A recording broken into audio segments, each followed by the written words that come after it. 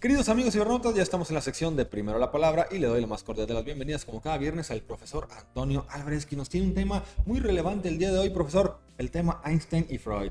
Sí, mi amigo, hace algunas semanas dije que sin duda alguna hay una legión, una pléyade de intelectuales, de académicos, de científicos, gente de primer nivel, pero sin duda también los cinco más importantes, porque fueron los que se abrieron el camino, los que marcaron el sendero y la pauta, pues fueron Charles Darwin, Luis Pasteur, Karl Marx, Sigmund Freud y Albert Einstein. Estos dos últimos se trataron personalmente en la casa del hijo de Freud en 1927. Se conocieron en persona, cara a cara, y la impresión mutua fue grata. Se cayeron bien. Freud en broma decía, es un tipo jovial, agradable, sencillo, sabe tanto de psicología como yo sé de física, así que nos llevamos de maravilla.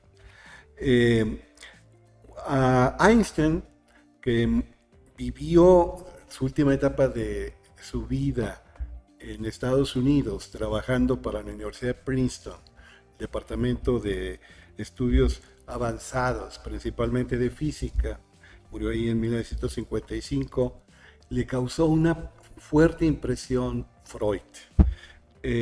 Y por eso, cuando la Liga de las Naciones, a través de un organismo llamado Organismo para la Cooperación Intelectual, le pide al científico más influyente y relevante del planeta, que no es otro que el mismísimo Albert Einstein, que busque a un académico de prestigio para intercambiar cartas en aras de ser publicadas y transmitir su saludable influjo a la humanidad, por lo menos la humanidad que lee.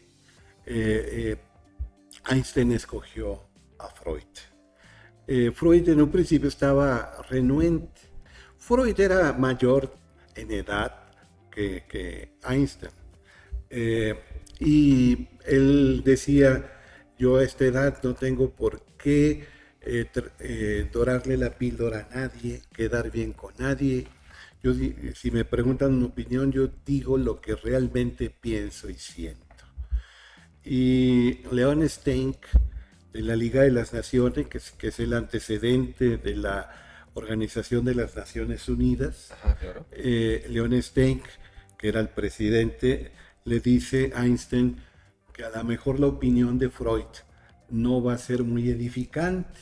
De todos modos, intercambian correspondencia y Einstein le pregunta a Freud, ya que el riesgo de otra conflagración mundial, de otra guerra planetaria es grande.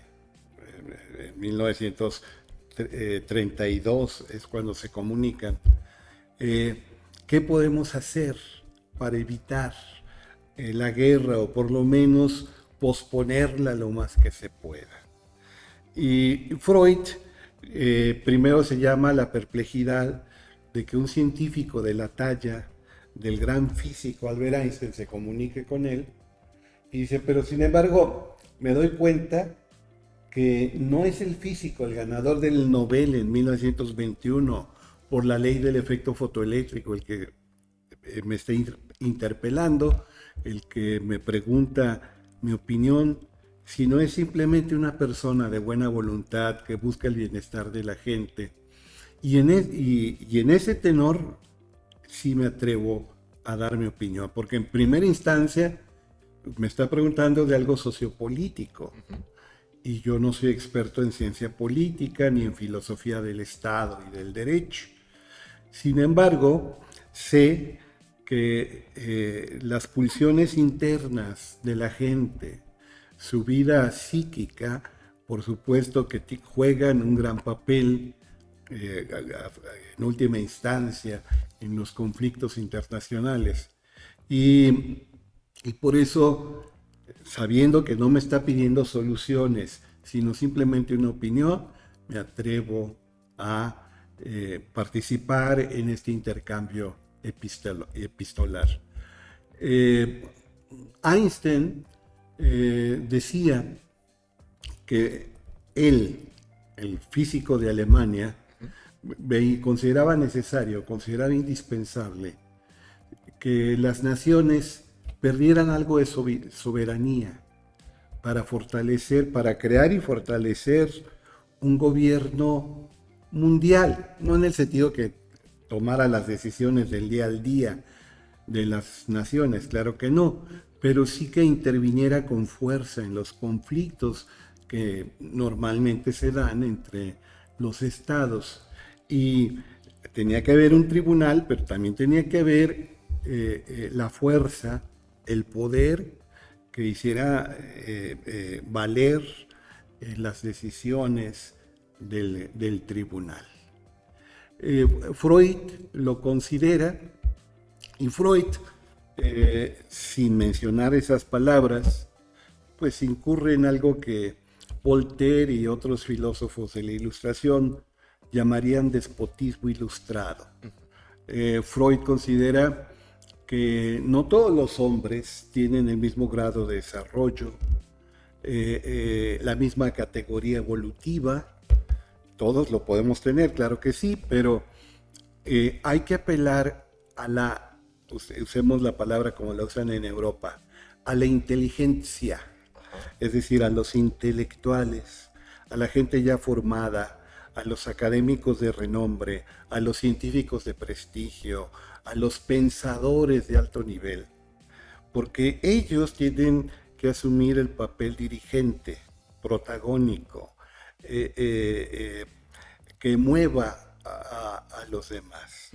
Y aunque Freud dice que la agresividad es consustancial a nuestra naturaleza humana,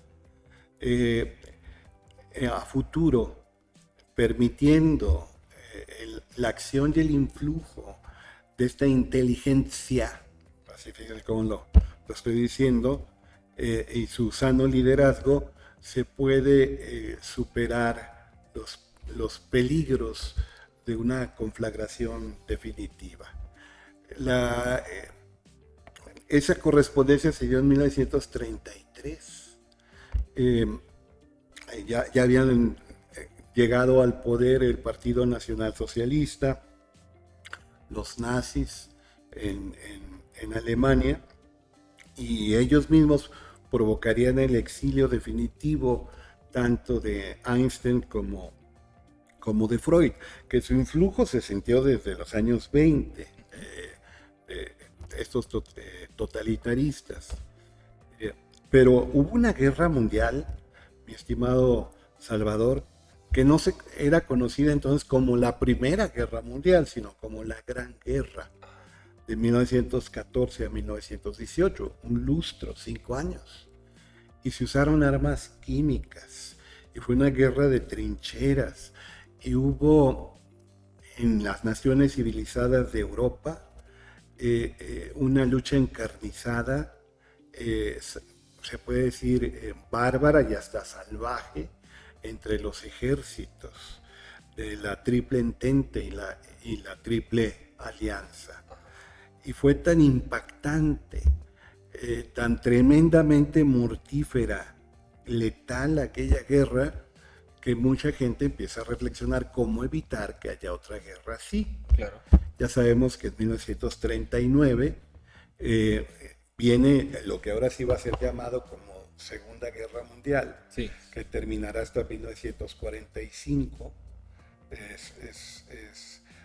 Es una guerra que ya hay armas atómicas hacia el final, pero que hubo campos de concentración, hubo genocidio, hubo exterminio de sectores de la población, y hubo totalitarismos, entendiendo en el sentido lato el totalitarismo como el sistema sociopolítico y económico donde el individuo como tal, importa poco ante el gobierno y los líderes que encabezan ese gobierno. Los derechos humanos son conculcados. La dignidad de las personas es socavada. Entonces estaba el fascismo o fascismo en Italia con Benito Mussolini, estaba el nacionalsocialismo en Alemania y en otras partes. Recordemos que el Führer era austriaco de nacimiento. Estaba por otra parte en la península ibérica el falangismo, creado por Primo de Rivera, pero aprovechado por el nefasto de Francisco Franco. Y había expresiones fascistas en otras partes de Europa.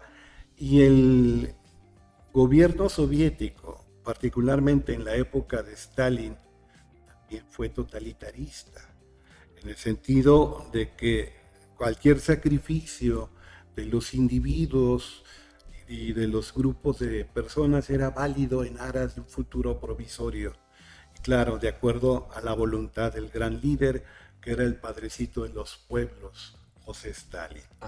Entonces, por algo, Orwell, Eric Blair era su verdadero nombre, George Orwell, escribe Rebelión en la Granja y también escribe 1984, donde habla de este totalitarismo, ya no de derecha, como el de Mussolini, como el de Hitler, como el de Franco, sino de izquierda, como el de Stalin y poco después el de Mao Zedong. Así lo pronunciamos ahora. En mis tiempos, cuando estaba en la universidad, decíamos Mao Zedong.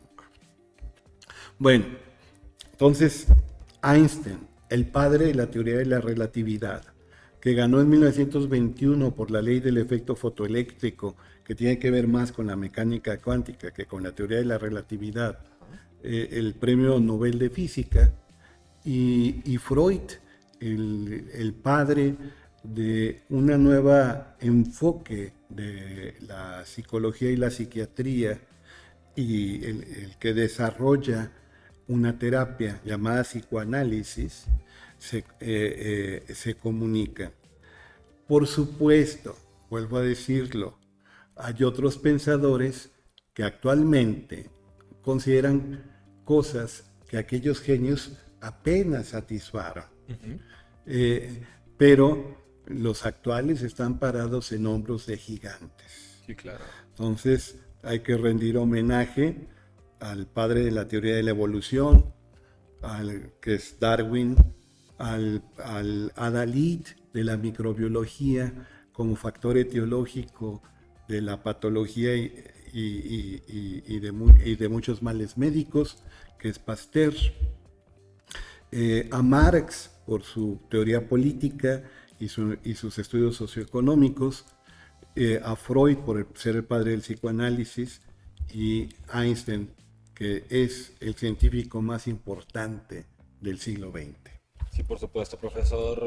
Personas muy, muy destacadas totalmente e importantes para la historia de la humanidad, que bueno, pues como podemos ver, hasta la fecha todavía podemos seguir leyendo, viendo y escuchando las maravillas que ellos hicieron y que así continuarán pues durante el resto de la historia por esos aportes tan grandiosos a la humanidad, profesor. En este día le agradezco muchísimo su tan valiosa aportación en esta sección y por supuesto lo esperamos la próxima semana, profesor. Gracias, es un placer. Muchas gracias, profesor.